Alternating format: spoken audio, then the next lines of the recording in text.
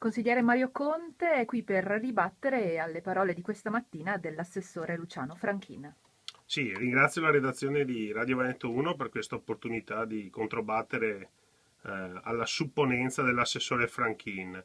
Allora, questa mattina ho sentito una lezione di amministrazione da parte dell'assessore, il quale però, secondo me, dovrebbe preoccuparsi di capire come mai il suo assessorato e i fondi che vengono stanziati per la cultura sono così pochi. Evidentemente l'assessore e la sua lista in questa maggioranza contano poco e quindi non riesce a portare avanti i progetti che sono già in essere con le realtà del territorio. Quindi non mi venga a spiegare che i capitoli sono diversi, lo sappiamo tutti benissimo, però qui ci sono delle scelte politiche.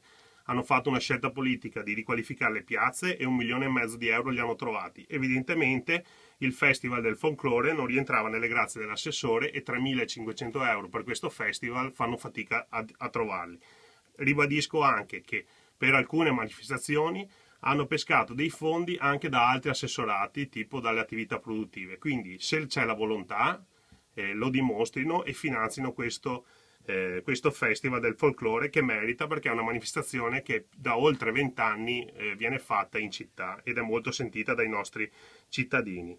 Poi veramente la battuta che ha fatto per quanto riguarda il mancato finanziamento della Camera di Commercio, sono veramente imbarazzato dalla risposta dell'assessore, perché l'assessore in consiglio comunale ci ha portato la sua versione, che però è assolutamente difforme dalle risposte scritte della Camera di Commercio, nelle quali c'è scritto che l'amministrazione ha compilato la domanda in modo errato. Allora l'accordo con l'assessore era quello che sarebbe stata fatta una commissione specifica dove sarebbero stati invitati i componenti e anche i rappresentanti della Camera di Commercio per far chiarezza. Qua qualcuno ci ha raccontato una bugia. Se sarà l'assessore o sarà la Camera di Commercio non so dirvelo, ma qualcuno l'ha raccontata e c'è necessità di far chiarezza.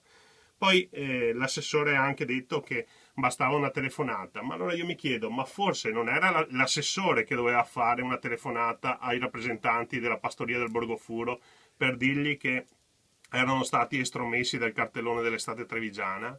Forse non era l'assessore che doveva fare una telefonata per dire ai rappresentanti della pastoria che quest'anno non ci sarebbero stati fondi per il loro festival, visto che ci sono gruppi da tutto il mondo che si stanno già organizzando, hanno già prenotato i biglietti d'aereo, degli alberghi, eccetera. Io credo che questo non sia il modo di trattare le realtà storiche del nostro territorio. Meritano rispetto perché sono realtà che hanno fatto la storia della cultura trevigiana e hanno sempre fatto un sacco di beneficenza e si sono sempre messi a disposizione dell'amministrazione comunale. Quindi credo che l'atteggiamento che anche questa volta l'assessore ha avuto nei confronti, in questo caso della pastoria del Borgofuro, altre volte in occasione di altre associazioni, non sia assolutamente corretto e degno di un assessore alla cultura del comune di Treviso.